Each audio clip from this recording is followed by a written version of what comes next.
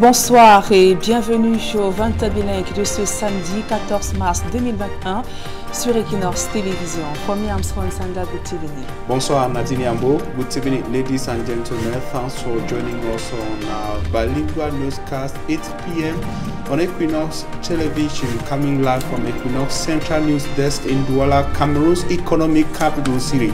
In our top stories, wild curiosity and debate intensifies on the subject of a COVID-19 vaccine in Cameroon. More new cases are being recorded in different parts of the country. Meantime, local administrators have embarked on an offensive campaign against the non-respect of anti-COVID-19 barrier measures outlined by the government of Cameroon. Also in this newscast, Cameroon Seydou Mbombonjoya has taken the position of the fourth vice president of the Confederation of African Football. He got nominated to that position by the president of CAF, that is South African-born Dr. Patrice Motsepe.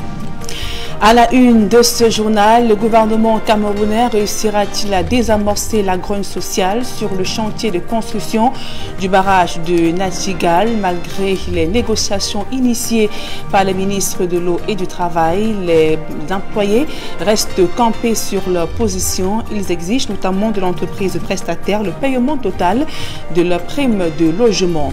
Et puis hors de nos frontières au Congo-Brazzaville, c'est une campagne électorale sous fond de promesses. Descendu sur le terrain dans le nord du pays, le président Denis Sassou Nguesso annonce la poursuite des investissements en vue du développement de plusieurs localités.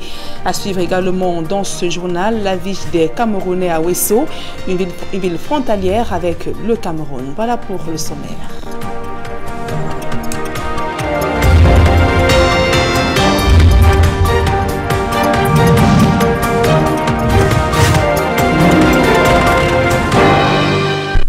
Mesdames, Messieurs, une fois encore, bonsoir et merci d'honorer ce rendez-vous de l'information sur Equinox Télévision. Nous mettons le cap sur le Congo-Brazzaville en ouverture de ce journal. Sur le terrain de la campagne électorale dans ce pays, le président Denis Sassou Nguesso s'est rendu dans le nord du pays et dans les deux premières étapes dans le département de Likwala et de Sanga.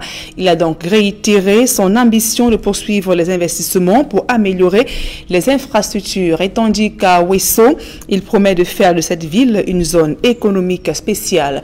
Carlos Minoué et Gizogo, nos envoyés spéciaux. Dans les départements de la Likwala et de la Sanga, respectivement à Ifondo et à Ouesso, à Angers-de-Pierre du Cameroun, le président candidat Denis Sassou Nguesso commence à humer ses terres dans le nord de la République du Congo, dont il est originaire. Cela voudrait dire que les demandes sont encore plus fortes et plus pressantes. Ici, comme on l'entend, à travers certaines revendications pour l'amélioration du quotidien des populations. Nous avons l'envie d'avoir la lumière ici, 24 heures sur 24 heures, tellement ce qu'il a dit le président. On a aussi l'envie d'avoir le pont de Sambala et Bissambi. Denis Sassou Nguesso indique qu'il entend très bien, lui qui promet d'accélérer le développement de ces départements en procédant à une meilleure répartition des ressources, notamment pétrolières. Plus loin, à Ouesso, le président sortant congolais indique qu'il va en faire un pôle économique important pour son pays. Mais l'argument majeur que Denis Sassou Nguesso développe ici, c'est celui de la route transfrontalière Congo-Cameroun qui, à l'entendre, va permettre aux Congolais de bénéficier de nombreuses opportunités en Afrique centrale. À tous ces engagements, les Congolais, du moins les partisans du président sortant, indiquent qu'ils adhèrent entièrement et croient fermement en la victoire de leur champion. On a toujours fait confiance au président, c'est quelqu'un de très pragmatique et je pense qu'il va toujours dans cette lancée réaliser ce qu'il a promis. Nous, jeunes de la majorité présidentielle de la Sanga, sommes plus que jamais engagés et déterminés à terrasser l'adversaire et à vous octroyer une écrasante victoire dès le premier tour de l'élection. C'est une campagne de proximité. On sent un président proche de son peuple, un président qui a envie d'apporter quelque chose de plus précis à son peuple. Il connaît bien son pays et vous-même vous voyez l'engouement national, l'engouement ici. Le nord du Congo, dans la campagne électorale du président sortant Denis Sassou Nguesso, devrait également abriter un point d'attraction, c'est celui de sa localité, Oyo, dans quelques heures maintenant. À Ouesso, pour Equinox Télévision, Carlos Minoué, Gizogo. Et nous restons à Ouesso justement, on y vit une forte communauté camerounaise. De nombreux jeunes sans emploi ont fui leur pays, le Cameroun, pour trouver refuge dans cette localité, ville frontalière avec le Cameroun. Dans leur nouvelle vie, plusieurs affirment avoir trouvé leur compte grâce aux activités commerciales. Et quelques-uns ont été rencontrés par nos reporters Eric Watat et Gladys Didier, bien sûr nos envoyés spéciaux. Ici, le marché central de Ouesso. La localité est située dans le département de la Sanga, dans le nord du Congo-Brazzaville. Le long du trottoir, des deux côtés, des boutiques et comptoirs sont tenus par des Camerounais. Nous rencontrons François, marié et père de 4 enfants. Ce Camerounais installé ici depuis 2010 a comme activité principale la vente des vivres frais. Tellement qu'il y a la souffrance au Cameroun que les jeunes ne peuvent même pas ne serait-ce que sortir au bout du tunnel. On décide de prendre l'aventure. On se retrouve aujourd'hui au Congo. J'ai pris l'aventure en 2010. 2010, on va déjà à presque 11 ans. Mais 11 ans parce que j'ai fait 4 ans à la frontière pour essayer de voir si je pouvais avoir de quoi pouvoir subvenir à une activité ici. Certes, au Cameroun il y a le bénéfice, mais le bénéfice est très minable parce que tout est ficelé. Ici au moins tu t'en sors, tu réussis à jouer les deux bouts, tu réussis à résoudre certains petits problèmes et tout par rapport au Cameroun. Parce que imaginez au Cameroun, quelqu'un va acheter un sac de chou à 8 000, il réussit à vendre pour avoir 1000 francs 2000. Alors que avec toutes les dépenses que nous allons faire, le transport, la douane et tout ça, on peut se retrouver avec un 5 000, 10 000 de bénéfices. Hein? Même si tu vas payer les papiers et tout, il y aura quand même 8 000 qui va rester de côté. Et même si tu as les 8 000, tu peux retirer quelque chose pour mettre de côté. Donc c'est un peu mieux. La plupart des marchandises viennent du Cameroun, que ce soit oignons, pommes de terre, ils appellent les tangawi, ce qu'on appelle jinja chez nous, ils appellent les bissap qu'on appelle foloré, les poireaux même, tout ça vient du Cameroun. Arnaud est aussi commerçant. Installé ici depuis plusieurs années, il a épousé une Congolaise avec qui il a 2 enfants. Bon, après mes études, je n'avais pas de possibilité. Vu tout ce que j'ai fait pour y trouver un métier, je n'avais pas de possibilité. Bon, avec le concours d'un cousin qui m'a fait part de ces activités qu'il menait ici, il m'a dit plutôt que je peux l'accompagner. Nous sommes arrivés là, j'exerçais dans l'électronique. À un moment donné, bon, il m'a lâché, je suis entré dans les vivres frais. Comme vous voyez tantôt, les oignons, les pommes de terre. Malheureusement, il est fini, sinon il y a un peu de tout, quoi. Pour l'instant, l'oignon au Cameroun, la production était un peu abondante. Bon, le sac au Cameroun pour l'instant coûte 25 000 francs.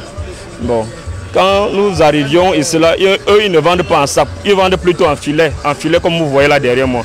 Voilà. Bon, quand nous mettions à l'intérieur des filets, ça donne 3 filets et demi. Voilà. Et le filet ici là c'est 25 000 francs. Donc vous pouvez déjà faire l'addition, vous voyez un peu ce qu'il y a au-dessus. Pour arriver au Congo-Brazzaville, tous ces Camerounais ont pris la route. Pour Laure, qui a quitté le pays en 2016, le trajet lui a coûté 50 000 francs CFA. Cette Camerounaise s'est aujourd'hui installée à son compte. Elle vend des vêtements au marché central de Ouesso. Quand j'ai venu au Congo, j'ai fait 1 semaine en route. J'ai pris les gourmets pour arriver ici. Ça ne coûte pas cher. 50 000 $, j'ai payé 50 000. Au Cameroun, je vendais au marché central dans une boutique là-bas. À les vêtements toujours. Je travaillais à Douala, au marché central. Je travaillais pour quelqu'un qui m'a payé 50 000 francs. Je m'ai dit, 50 000 francs, tu dois manger, payer la maison, la famille. Le salaire est minable. Donc ici, quand même, je m'en sors, je me retrouve. Si j'arrive, je n'ai pas bien à payer ma maison, j'envoie quelque chose à la famille au Cameroun. J'essaie un peu de regarder mes enfants. Bonzini, lui, est chauffeur taxi. Il explique avoir pris la route lui aussi, mais il a déboursé entre 100 et 150 000 francs CFA. Il ne regrette pas d'avoir quitté le Cameroun. Par jour, je ne peux pas manquer moins de 20 000. Et il y a des fois, comme le président de la République est en train de faire sa campagne, là, par exemple, comme hier, je suis sorti à à 5 ans. J'ai fini mon boulot et je me suis retrouvé à 60 000 francs. C'est pas mal. Bon, par exemple, comme aujourd'hui, je suis en train de me distraire. Je ne suis pas concentré sur le travail, mais je me retrouve déjà à 30 000. Bon, grâce à ça, je remercie quand même Dieu. Bon, ici au Congo en général, le transport coûte cher à Ouesso.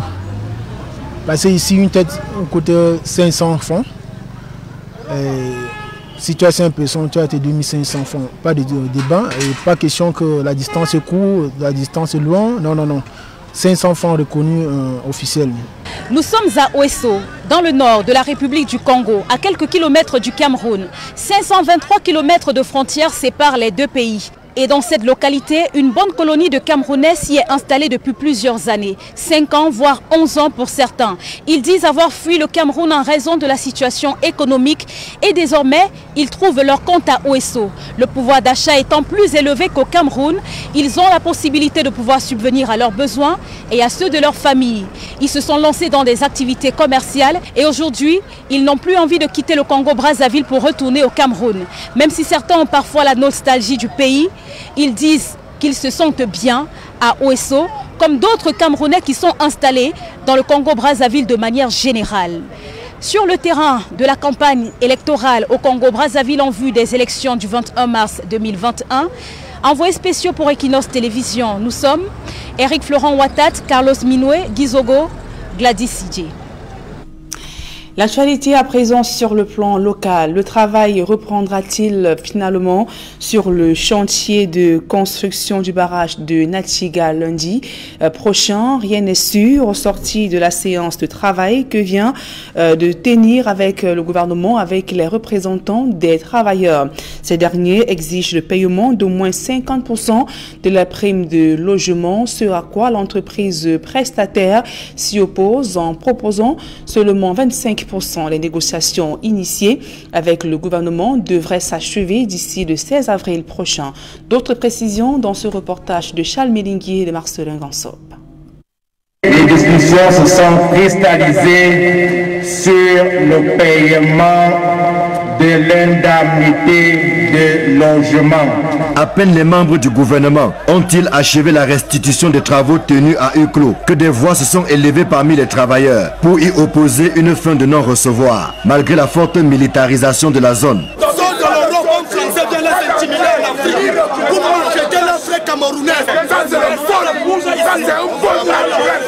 C'est que les deux parties n'ont pas pu s'entendre sur ce qui constitue la principale revendication des ouvriers, à savoir le paiement des arriérés de non-logement. Nous nous sommes dit, le dialogue social ne finit jamais. On était prêt à prendre les 3 mois, mais sans harmonisation. Mais puisque l'entreprise a fermé le dialogue et que nous en sommes arrivés encore à une fermeture du chantier, nous avons dit, compte tenu des réalités, compte tenu des engagements des uns et des autres, nous sommes prêts à diviser la poire en 2. C'est-à-dire nous supportons la perte de 50%, CCN subit la perte de 50%. CCN a demandé à se consulter, comme d'habitude en conseil de direction. En face, il aurait proposé 25% et le paiement de 5 mois d'arriérés de non-logement. Un premier paiement dès la semaine prochaine de 2 mois sera fait et les 3 autres mois vont suivre. 2. Le non-logement, à savoir 25% pour tous les employés qui n'en avaient pas. Ce non-logement sera inclus dans le salaire du mois de mars sans que cela ait un impact négatif sur les autres éléments de salaire. Ces annonces ne sont pas favorablement accueillies par les ouvriers. Même les tentatives d'apaisement du ministre du Travail et de la Sécurité sociale n'y font rien. Il y en a, j'ai entendu qui criaient depuis 2 ans, depuis 3 ans. Je voudrais vous dire, nous avons fait un bon chemin aujourd'hui. On a réglé beaucoup de problèmes. Tous les problèmes ne se règlent pas en un jour. Et nous revenons le 16 avril. Le 16 avril.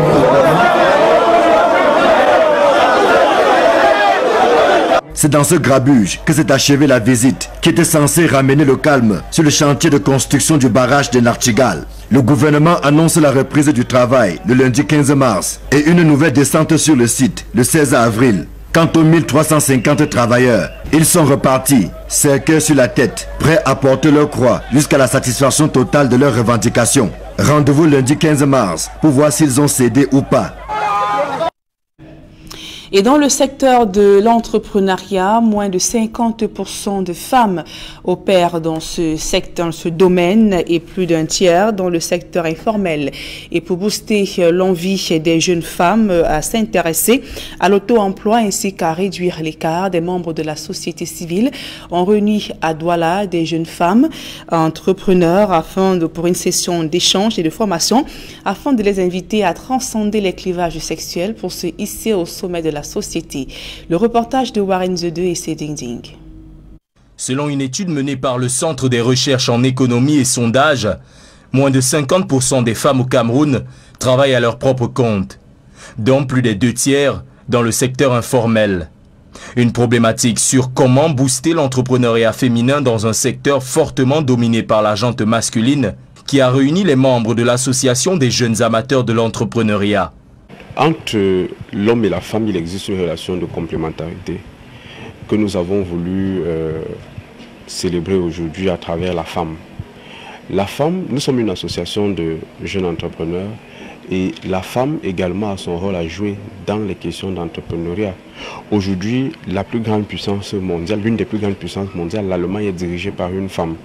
Nous voulons également que, à l'instar des femmes comme Madame Kate Fotso, qui sont déjà des femmes à la réputation entrepreneuriale établie, que les jeunes filles s'engagent également dans cette voie-là. Des échanges qui ont réuni des expertes dans le domaine de l'entrepreneuriat, venus apporter leur expertise aux jeunes femmes désireuses de se lancer sur le marché de l'auto-emploi. Malgré les vicissitudes que connaît ce secteur, trop longtemps resté la chasse gardée de la gente masculine. Le conseil que je les ai donné, c'est qu'elle ne doit pas avoir peur. Elle doit être audacieuse. Elle doit être déterminante, de crier pour eux, d'observer autour d'eux, de regarder ce qu'ils peuvent faire, apporter une solution à un problème qui est autour d'eux. Nous sommes dans une société qui est encore très vierge. Il y a beaucoup de problèmes au Cameroun, beaucoup de problèmes à Douala, même là où nous vivons, et que si elles regardent un peu autour, elles vont se trouver cet emploi. Des échanges qui auront su trouver oreille attentive auprès des jeunes femmes amatrices de l'entrepreneuriat. Toute femme d'abord naît avec un esprit de création, parce que la femme donne la vie. Et c'est dans cette optique-là que la femme entrepreneur doit rester. C'est ça qu'elle doit avoir à l'esprit, de telle sorte qu'elle puisse observer autour d'elle, se dire d'abord je suis capable d'apporter une solution à un problème. Une façon d'exhorter la jeune femme camerounaise à retrousser ses manches afin de façonner une nouvelle image de la société. On parle santé à présent, malgré les chiffres en nette progression au Cameroun concernant la pandémie de coronavirus. Les populations peinent toujours à mettre en pratique le respect des mesures barrières. Le constat a été fait dans plusieurs villes du pays, notamment à Gazawa, dans la région de l'extrême nord, en Konsamba, dans le Mungo, tout comme encore dans certaines localités de la région du nord-ouest Cameroun, où des campagnes de sensibilisation sont organisées par le corps médical et la société civile afin d'insister sur l'importance du port du masque. Le reportage de Xavier Foucault. Alors que les chiffres des cas positifs et des décès dus à la Covid-19 ne cessent de croître au Cameroun, à Gazawa, une commune du département du Diamari, située à 25 km de Maroua à l'extrême nord, comme dans plusieurs autres localités, le respect des mesures barrières, comme le port du masque, n'est pas la chose la mieux partagée, surtout dans les établissements scolaires. Présentement, avec le port des masques, les enfants sont un peu réticents. C'est quand on passe au contrôle qu'ils le remettent, et quand ils sont en salle de classe, ils les enlèvent encore. Donc il faut faire le contrôle au quotidien et permanemment. C'est fort de ce constat que l'autorité administrative locale a effectué une descente dans plusieurs établissements scolaires de Gazawa afin de procéder à la sensibilisation. On respecte les mesures barrières. Vous savez que le coronavirus existe et ça tue. Ça fait des dégâts. Il faut arborer vos cache-nez. À cette occasion, élèves et enseignants du lycée et du CETIC de Gazawa ont été testés à la Covid-19 Et ces institutions ont également reçu du matériel de protection et du lavage des mains. Une opération qui doit se poursuivre, selon le maire de la commune de Gazawa. Comme maintenant la maladie a réapparu plus fort qu'avant, nous avons pris des mesures. On a doté des écoles de savons, on leur a donné des savons, des cache-nez. Donc on continue dans toutes les écoles de l'arrondissement de Gazawa. On va aller dans le marché de Gazawa. On va commencer à sensibiliser, leur donner les savons, les cache-nez. Le sous-préfet annonce tout de même des mesures répressives pour les récidivistes. En Konsamba, dans le département du Mungo, le constat du relâchement du respect des mesures barrières est le même. Conséquence, les chiffres sont alarmants. Quand on fait les chiffres depuis l'année dernière dans notre hôpital et au niveau de Konsamba, entre janvier et au 11 mars que nous sommes, il y a eu plus de chiffres additionnés que l'année dernière. Autrement dit, dans la ville de Konsamba actuellement, nous sommes à près de 200 cas dépistés Covid. Nous avons eu un décès. Dans le nord-ouest, où 563 nouvelles personnes ont été testées positives et a enregistré 12 décès, le constat est le même. Dans les bus de transport et dans les rues, on compte sur une main ceux qui portent un cache-nez. Vu la gravité de la situation et dans le souci de freiner la propagation de la Covid-19, en attendant l'arrivée du vaccin, le gouvernement camerounais encourage les testings massifs et le respect scrupuleux des mesures barrières. C'est avec ce reportage que nous mettons un terme à la première partie de ce journal. La suite, c'est en langue anglaise avec vous, Fomi Armstrong Sanda. Thanks, Nadine Yambo. Ladies and gentlemen, thanks for joining us in the second segment of information in the English language. We begin on our health page to talk about the coronavirus pandemic and the non-respect of anti-COVID-19 measures in several localities of the country.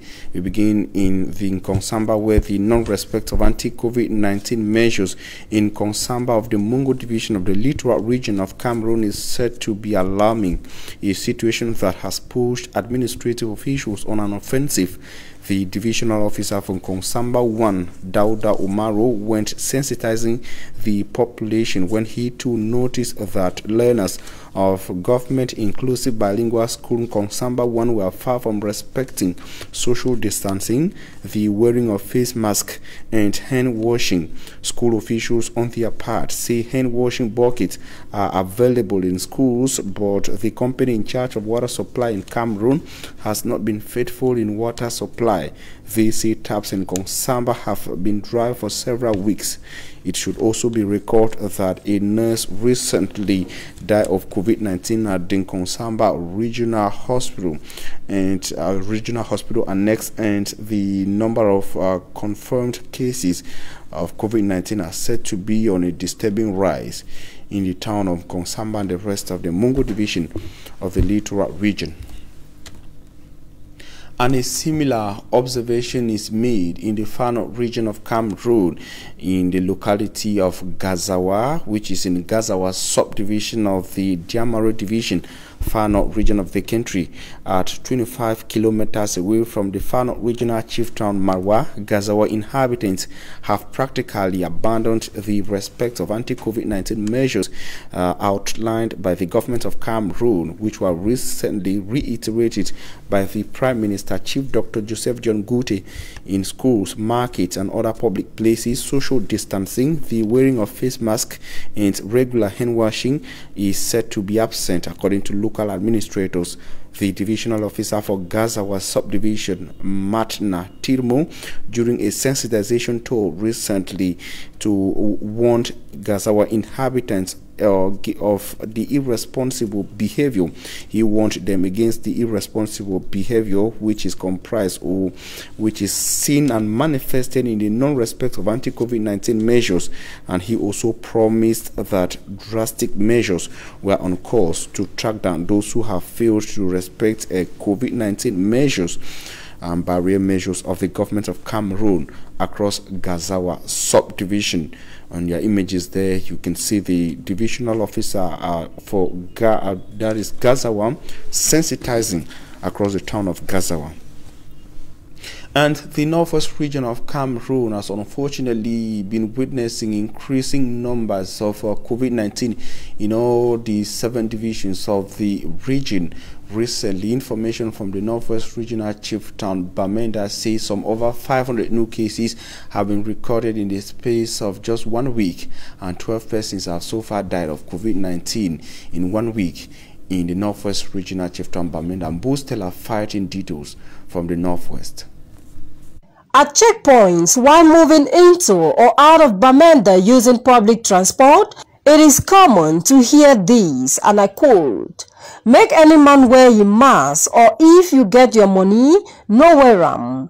This means everyone stepping out to present their identification documents at the checkpoint should properly wear their masks or be ready to pay some money to the forces.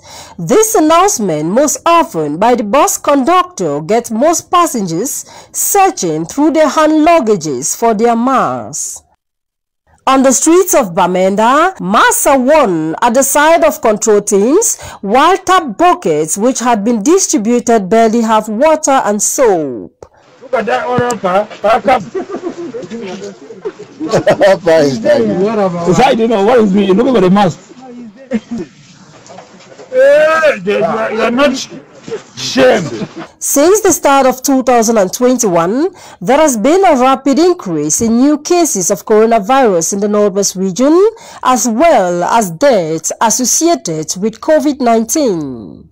Between February 28th and March 6, 2021, a total of 6,591 COVID-19 diagnostic tests were conducted, while 563 persons tested positive, 126 recovered, and 12 died in just 1 week. Health experts say the figures are alarming. Coronavirus is real. No one is spared. Everyone is at risk. The respect of barrier measures, that is, the wearing of face masks, washing of hands with soap and running water, and the maintaining of physical distance of at least 1.5 meters from each other, health experts say, can prevent and limit the spread of the coronavirus. Also, persons with flu-like symptoms are advised to get to the nearest health unit for possible dictation and early treatment in the case of the coronavirus. And in one of his letters and releases sent to the 19 district medical officers of the Northwest region of Cameroon, the Northwest Regional Delegate of Public Health, Dr. Che Kingsley Saw, asked them to continue the fast tracking and testing of COVID-19, taking as information from hierarchy and also using as priority schools, and to test learners as well as teachers in different schools across the Northwest region of the country. Dr. Che Kingsley Saw also asked the 19 district medical officers across the region to also always refer to the regional office when need be at any time they need more test kits to carry out the exercise in different schools of the Northwest region. And now, cardiovascular disease is said to be on the rise, with a number of patients said to have escaped from hospital or not wanting to go to hospital with the fear of getting infected with the coronavirus. And recently, cardiologists met in the city of Douala to find ways in order to be able to squarely handle the situation, which is said to also be taking Cameroonians away and taking the lives of several Cameroonians in a disturbing note. Immaculate Fogo has the rest of the story. The key negative impact of the coronavirus pandemic and the fight against cardiovascular diseases lies in the fact that many patients do not seek health care early enough due to fear of getting infected with COVID-19. According to some health experts, the decline of cardiovascular hospitalization has resulted to several deaths. With the ongoing pandemic, cardiologists remain concerned about the fact that several patients are not seeking help at the right time, but rather when the disease is severe. Period, we have real problems because patients will, most accessibility to the hospital is really a problem. In some hospitals, we see that patients don't really want to come to the hospital because they feel that at the hospital they might get the COVID-19, and so some of our patients, they stay at home, they're unable to get medications, and you can know their conditions will keep deteriorating. So it's really a problem in the health sector. Thank you. It is against this backdrop that cardiologists in West and Central Africa brainstormed on how to address the situation. The 12th edition of the Scientific Congress of the Cameroon Cardiac Society had as theme the management of cardiovascular diseases in the context of COVID-19. We discussed how to detect these conditions, how to manage them in order to reduce the mortality of our patients who are suffering from the COVID-19. We also targeted some key points like the management of cardiovascular emergencies. As you may know very well, if a patient develops a severe hypertension, it is an emergency. Or cardiac failure is also an emergency. Or a heart attack, it is an emergency. We have to manage these patients very well. So we updated our knowledge. Patients suffering with cardiovascular diseases are being urged to seek treatment as fast as possible in order to avoid the resurgence of other health complications. Immaculate Fogwe, and before we leave you, we take on one of our top stories, talking in sport, to say that Cameroon-born Seydou Mbombo Njoya has been appointed as CAF Vice President. The new Executive Committee of the Confederation of African Football has named Prince Seydou Mbombo Njoya as CAF Vice President. The President of the Cameroon Football Federation and CAF Executive Committee member replaces Fwazi Lekja, who leaves the vice presidential role after being voted into FIFA Council. The experienced administrator, who only knew he would be candidate in Governor's Executive Committee role 48 hours ago, is now the fifth most powerful man in African football. Mbombo Njoya is expected to return to Cameroon later tomorrow, Sunday, in a private jet alongside the newly elected CAF President Dr. Patrice Motsepe, a South African born. He steps into the vice presidential role barely 4 years after compatriot Issa Yato left the office of CAF's president after 28 years of service. Ladies and gentlemen, that sports information brings us to the end of the 8 p.m. bilingual newscast on Equinox Television. We thank you for your very keen attention. Nadine Yambo and I will leave you in the company of interesting programs on Equinox. Nadine, have a nice evening. Merci, Fomi Armstrong Sanda, fin de ce journal. Mesdames et messieurs, merci pour votre aimable attention et passez d'agréables moments en compagnie de nos programmes qui se poursuivent.